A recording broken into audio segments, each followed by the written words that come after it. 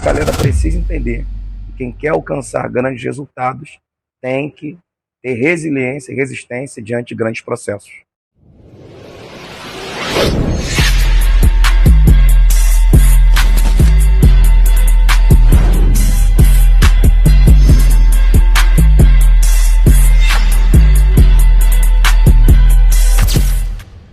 Pode ser, meus irmãos, seja muito bem-vindo ao primeiro episódio do podcast Incendiados, o Incendicast, aonde estaremos aqui falando sobre esse vigilhão abençoado que Deus está trabalhando poderosamente. Aqui aonde a palavra encontra o fogo e a unção de Deus seja derramado sobre a sua vida aí onde você estiver. Meus irmãos, é com muita alegria que estamos aqui com esse podcast Incendicast, que nós iremos compartilhar conteúdos, palavra, louvores, testemunhos, e temos convidados especiais que irá transmitir, além do conhecimento, também uma graça de poder divino do céu. É com muita alegria que estamos aqui apresentando esse trabalho lindo e maravilhoso que Deus colocou nos nossos corações. Incendicast. Aqui, Pastor Jazib, e esse é o Incendicast. Vem conosco.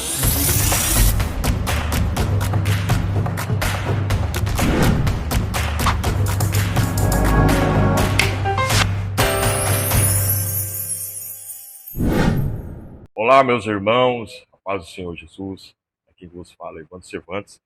Estamos aqui começando mais um Incendicast. Nós iremos apresentar aqui um grande amigo, servo do Senhor, pastor Luan de Paula, da cidade do Rio de Janeiro. E nós gostaríamos de fazer esse bate-papo com o nosso amigo, pastor Luan de Paula, para contar suas experiências, para que nós venhamos também aprender com o reino dos céus. Amém, amados. Esse que vos fala é o pastor Luan de Paula. É uma honra muito grande, um privilégio estarmos aqui, no estado de São Paulo, junto com o meu amigo evangelista Evandro Cervantes, pastor Jazib, pastor presidente desse ministério, pastor Oséias, missionária Rosa, se não me falha a memória, esse é o nome? Rosa Macia. Missionária Rosa. É um grande prazer, porque estamos conectados aqui no mesmo propósito, no mesmo espírito, e eu tenho certeza que Deus vai acender na tua vida tudo que está apagado. Esse que vos fala congrega na Assembleia de Deus, Ministério Tempo de Vencer, além do pastor Henrique Farias. E vamos para cima. Pastor, quero começar com uma questão, né? Porque o senhor é, de fato, como um exemplo para várias pessoas, né? Formado, bacharel, teologia, escola judaica, hebraico. Como o senhor traria para os jovens que estão iniciando, que querem essa linha de pregação da palavra, como é importante o estudo da palavra para hoje, né? Eu queria que o senhor desse uma palhinha sobre o seu início, né? E deixasse aí já uma referência para aqueles que estão nos assistindo, né? Sobre o que é o chamado de um pregador da palavra de Deus. É uma honra, pastor Jazib, estar aqui. Eu me sinto privilegiado. Evangelista Evandro Cervantes está aqui contigo, nessa conversa, nesse papo sagrado, nesse papo divino. Eu sou nascido e criado em Belfort Roxo, no estado do Rio de Janeiro, e comecei o meu ministério numa idade muito tenra, muito novo, e você tem as dificuldades do começo. Sim. Eu acredito que todo início é muito sangrento, todo início é muito complicado. Aos 7 anos de idade, meu pai, Josenildo de Paula, já montava ali uma estrutura na varanda da rua Amaruí, do bairro Vermelho, como se fosse um púlpito, e dizia: eu vou te passar algumas palavras e você prega. Olha. E eu pregava para ele na varanda, ele me corrigia algumas coisas. Meu pai não tinha o ensino médio completo, meu pai era um homem muito humilde, mas já me ensinava a palavra, era um pregador muito eloquente, cheio do Espírito Santo, congregava ali na Assembleia de Deus do pastor José João Pereira, se não me falha a memória, São Bernardo, enfim. Então foi uma fase onde a questão da paternidade foi muito importante. Sim. A questão de se preparar no oculto para ser usado em público. Exatamente. Eu acredito que isso é um diferencial. As pessoas querem crescer em público, mas não querem sangrar no secreto. Não sangra no secreto, não terá um crescimento em público. Eu chorava, eu pegava a Bíblia, um exemplo, eu queria interpretar um texto. Eu olhava para o texto e às vezes eu queria interpretar por conta própria, sem a ajuda do meu pai. Então eu não entendia, isso me irritava. Aí eu começava a chorar, ficava nervoso. Meu pai dizia, não, meu filho, fica calmo, você está começando agora. E é uma outra coisa que eu também até gostaria de aconselhar as pessoas a saber lidar com a escada. Uma escada tem degrau. Não é que você pisa no último degrau da escada, você nem pisou no primeiro. Exatamente. Eu ficava desesperado ali naquele começo, mas eu estava ainda subindo os degraus. Você percebe que no deserto, Jacó só tem uma pedra. O que ele viu no sonho? Uma escada.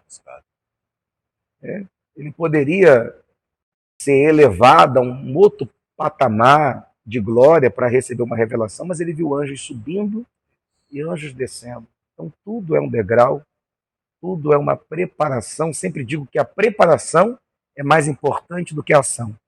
É melhor suar no campo de treinamento do que sangrar no campo de batalha. Então eu ficava ali com meu pai, lendo. Quando eu completei 14 anos de idade, eu pregava muito em culto de crianças, consagração. Sabe, essas consagrações tem 3, 4 pessoas, 5. Sim. E lá vai uma outra dica, nunca despreze coisas pequenas. Exatamente. Uma porta pequena pode ser a lapidação e a preparação para Deus te projetar para coisa grande.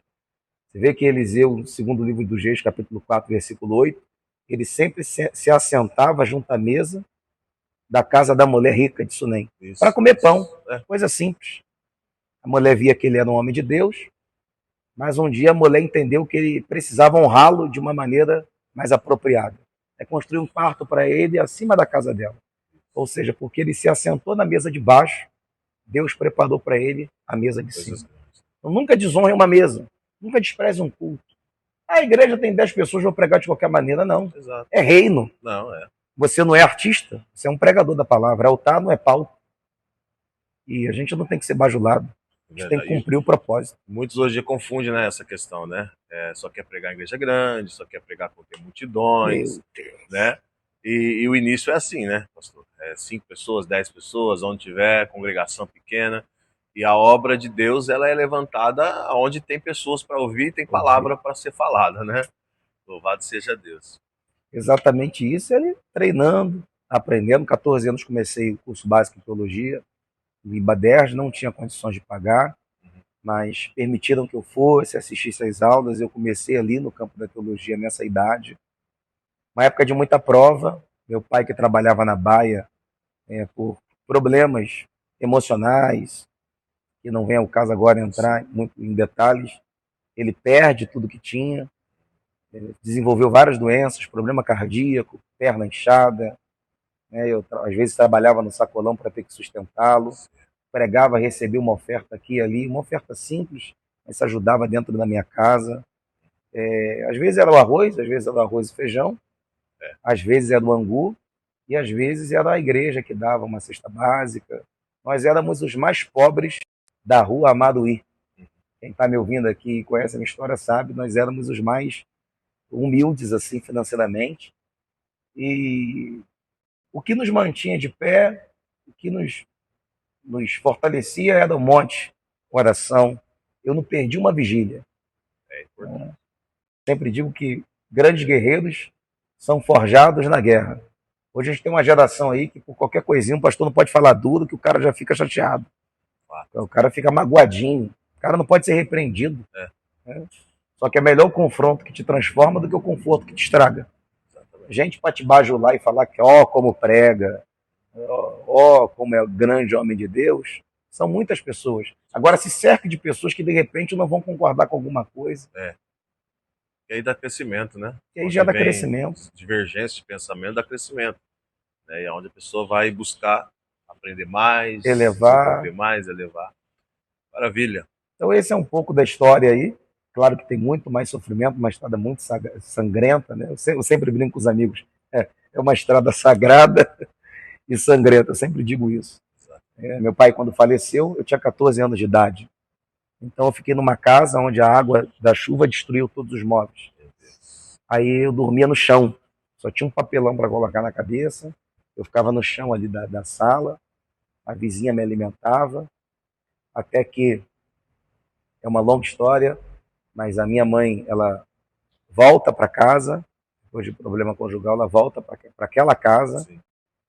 E pelo problema, não gosto de tocar no assunto, mas vou ter que falar, pelo problema que eu tive com o padrasto, era um cara envolvido com macumba, enfim, não gostava de mim por causa da unção, incomodava. Ele me perseguia muito, e aí eu fui para a rua. Às vezes eu andava com um saco de lixo, cheio de roupa. Eu dormia na casa de um irmão numa semana, dormia na casa de outro outra semana. Fiquei perto de um tio meu que era pastor, pedi ajuda, ele olhou para mim e disse que não podia ajudar, irmão do meu pai, um dos irmãos do meu pai, falou que eu não podia ajudar. E ali começou todo o meu sofrimento.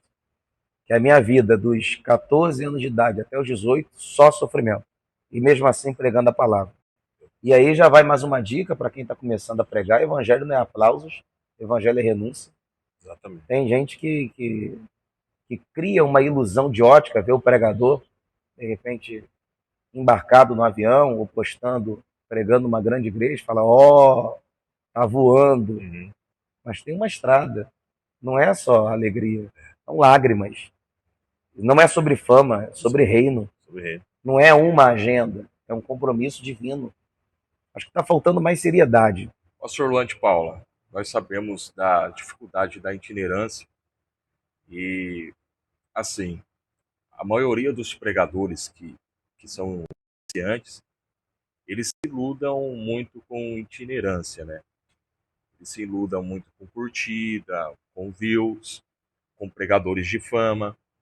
Então, quando o senhor começou a falar da sua experiência, eu quero que o senhor transmita para nós sobre acerca do processo. Então, para o senhor ter chegado aonde está chegando, e ainda vai chegar em muitos lugares maiores, tudo isso tem um processo.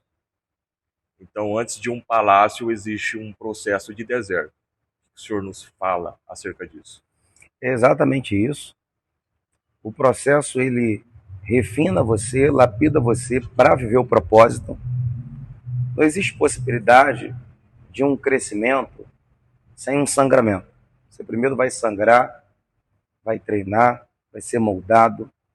É aquela história do Jeremias, capítulo 18. Eu até gosto daquela palavra vaso que aparece ali, no hebraico, porque a palavra vaso no hebraico, keli, ela vem de uma raiz que significa literalmente completar, calar, completar. Então, o que é um vaso? O vaso é alguém que aguenta o processo até o fim.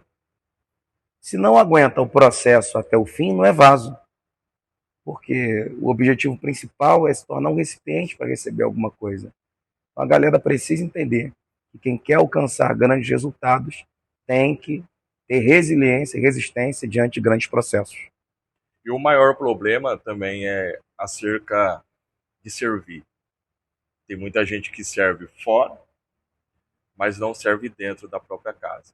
Então, tipo assim, prioriza mais fora de casa e esquece de servir a casa, né? De se alimentar e também servir a casa. Eu entendo assim, antes da gente querer servir fora, a gente tem que aprender a servir dentro de casa. E muitos pregadores, infelizmente, têm 30 agendas no mês e não é aqui um servente dentro da casa. Não ceia, não tem EBD, não tem escola bíblica. É exatamente isso. Infelizmente, são pregadores que esquecem do principal, o cumprimento de princípios. Se você não cumpre princípio, o próprio princípio te quebra. Tudo começa dentro da casa. Quem é seu pastor? Aonde você toma ceia? E a questão também sobre os convites, sobre a ilusão, sobre as expectativas, tem muito a ver com igrejas que convidam o indivíduo para pregar, mas que não para fazer uma avaliação. Quem é a esposa? Aonde congrega? Quem é o pastor? Então vai alimentando essa nova geração a se tornar um desigrejado. Cada prega virou, pisou no chão, terno e gravata, falou bonito, já é o suficiente para colocar no Instagram agendas abertas e ele pensa que isso é evangelho. Então, é muito propósito com intenções erradas. Pessoas que estão focadas no propósito, vou pregar, vou ministrar, sirvo a igreja lá, só que a intenção por detrás está sendo errada. Então, todos nós temos um propósito. O problema é o quê? A intenção. A intenção. Exatamente, as pessoas ficam focadas muito na questão das viagens. As redes sociais é uma benção, é um complemento, é uma benção. Porém, as pessoas, muitas das vezes, se alimentam daquela questão de eu quero crescer, e não é pecado querer crescer, mas cresça de uma maneira adequada. Cresça, mas cresça de uma maneira justa, de uma maneira divina. Porque se a gente confundir as coisas, a gente vai acabar entrando na inversão de valores. Na inversão de valores. É mais importante pregar 30 dias no mês e o cara não tem tempo para dar atenção para a esposa dele. Já quebrou o princípio. Paulo fala que aquele que não cuida dos seus nem da sua família negou a fé e é pior que o ímpio. Ele não é discipulado. A palavra discípulo que aparece no Novo Testamento ali é talmide. No grego, eu gosto do grego, matetes, quer dizer, aquele que aprende. Você vê, olha as fases. Eles não eram discípulos e se tornaram discípulos. Aquele que aprende, tanto no hebraico quanto no grego. Depois se tornaram apóstolos. E apóstolo quer dizer enviado. Como que o cara vai ser enviado para falar se ele nunca sentou para ouvir? É isso. Se não aprende, não tem como ensinar. Nós todos sabemos, temos chamado, Deus chama, né? Deus tem chamado para todos, né? E aqueles que se posicionam é quem Deus usa, não é verdade? Mas mesmo com o chamado de Deus na vida, é eminente que vamos passar por algumas decepções. Como entender isso, pastor Luan? Infelizmente, nós precisamos olhar para as escrituras sagradas e vamos perceber que esse cenário é repetitivo. Quem foi que traiu Davi? O Absalão, o filho.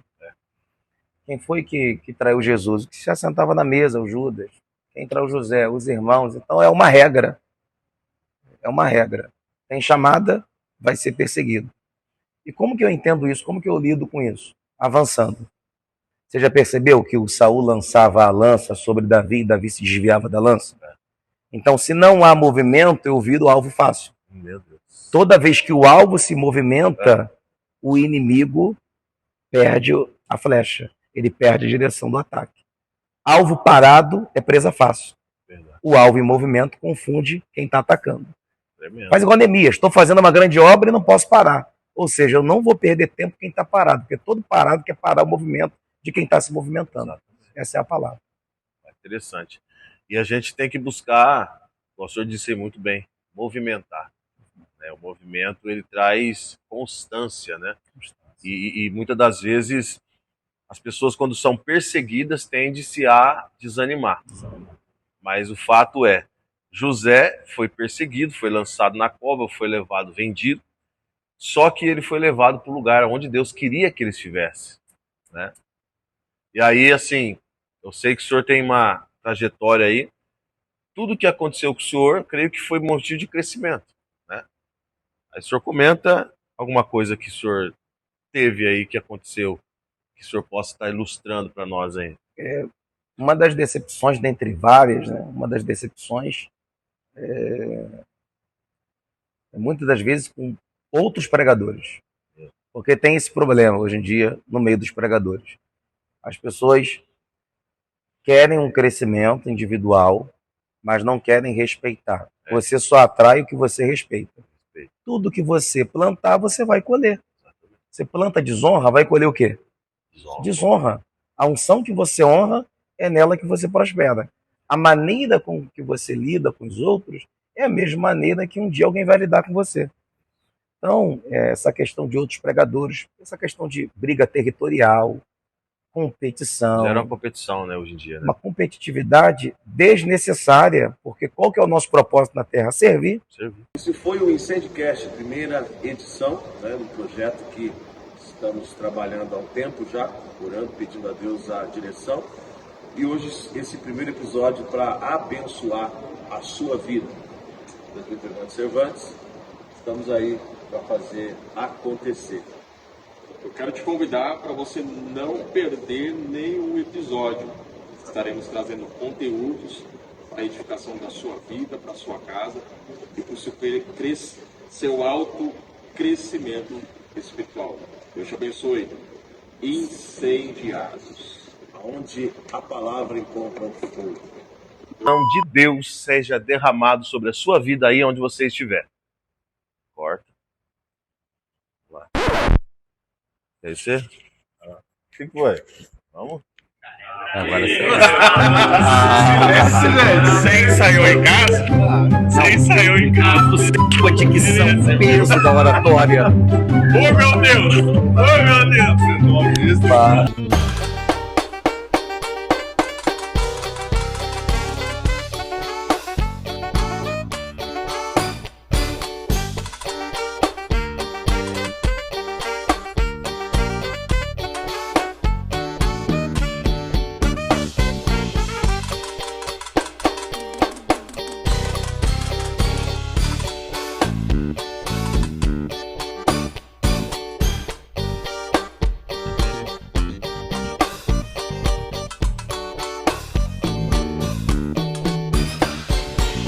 Thank you.